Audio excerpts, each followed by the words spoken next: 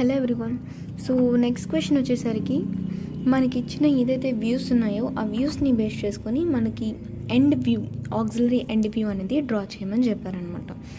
So మనకి ఇక్కడ ఇచ్చిన వ్యూ ఏంటి ఇచ్చాడంటే ఫ్రంట్ వ్యూ ఇచ్చాడు, లెఫ్ట్ పొజిషన్లో ఉన్నది మనకి సైడ్ వ్యూ, అండ్ దాని పక్కన వచ్చి మనకి ఏదైతే సి షేప్లో ఉందో ఇది మనకి ఫ్రంట్ వ్యూ అనమాట.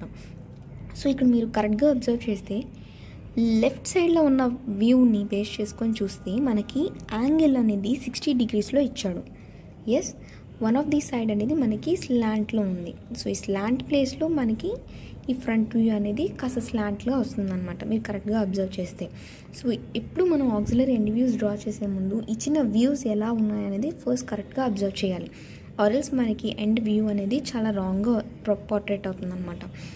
సో ప్రొజెక్షన్స్ అనేది చేసినప్పుడు ఫస్ట్ ఆఫ్ ఆల్ మన వ్యూస్ అనేది లెఫ్ట్ సైడ్లో ఇచ్చేది మనకి ఇప్పుడు సైడ్ వ్యూస్ అవుతుంది, అండ్ ఫ్రంట్ వ్యూ అనేది కొన్నిసార్లు మెన్షన్ చేస్తారు, కొన్నిసార్లు మెన్షన్ చేయరు. సో మనమే అది కరెక్ట్గా అబ్జర్వ్ చేయాలి. సో ఫస్ట్ ఆఫ్ ఆల్ మనకి ఇచ్చిన సైడ్ వ్యూ అనేది ఆక్సిలరీ వ్యూ అనేది ఎలా డ్రా చేస్తాం తెలుసు కదా, 30 degreesని మెన్షన్ చేసుకొని చేస్తాం బేస్ లైన్కి. సో ఫస్ట్ ఆఫ్ ఆల్ ఇచ్చిన సైడ్ వ్యూ అనేది ప్లేన్ మీద మనం ఫస్ట్ మెన్షన్ చేసుకుందాం as per dimensions. So first of all ఇక్కడ మీరు అబ్జర్వ్ చేయాల్సిన మెయిన్ థింగ్ ఏంటంటే మనకి డాటెడ్ లైన్స్ ఏవైతే ఇచ్చారో అవన్నీ ఇమాజినరీ లైన్స్. అంటే ఇక్కడ అర్థం చేసుకోవాల్సింది ఏంటంటే ఏదైతే డాటెడ్ లైన్స్ ఉన్నాయో అవి మనకి కనిపించట్లేనమాట మనకు ఉన్న వ్యూలోని, అవి బ్యాక్ సైడ్ రిప్రజెంట్ అయ్యి ఉన్నాయన్నమాట. సో అది మనకి డాటెడ్ లైన్తో మెన్షన్ చేస్తున్నారు. ఓకేనా?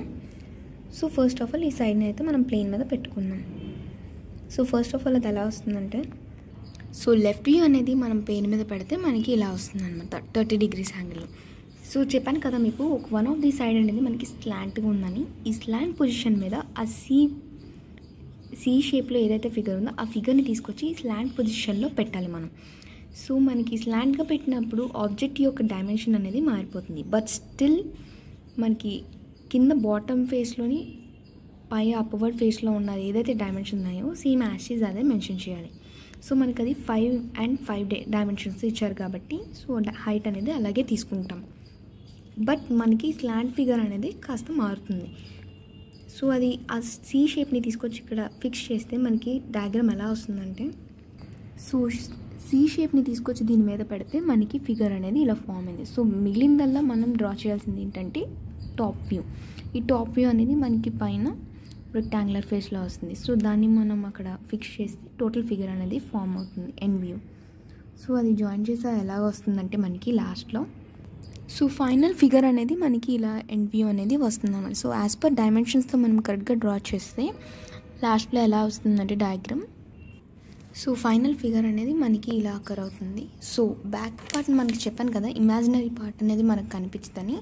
సో ఇమాజినరీ పార్ట్ అనేది మనం ఇలా కవర్ చేయాలన్నమాట, బికాస్ మనకి ఇదంతా స్లాంట్గా ఇచ్చారనమాట 5 mm డిస్టెన్స్లో. సో ఈ 5 mm ఉంటుంది కదా, సో ఈ 5 mmని ఇలా డ్రా చేయాలన్నమాట. సో ఆన్సర్ అనేది ఇలా వస్తుంది ఇచ్చిన వ్యూస్ని మనం డైమెన్షన్స్తో డ్రా చేస్తే. Thank you.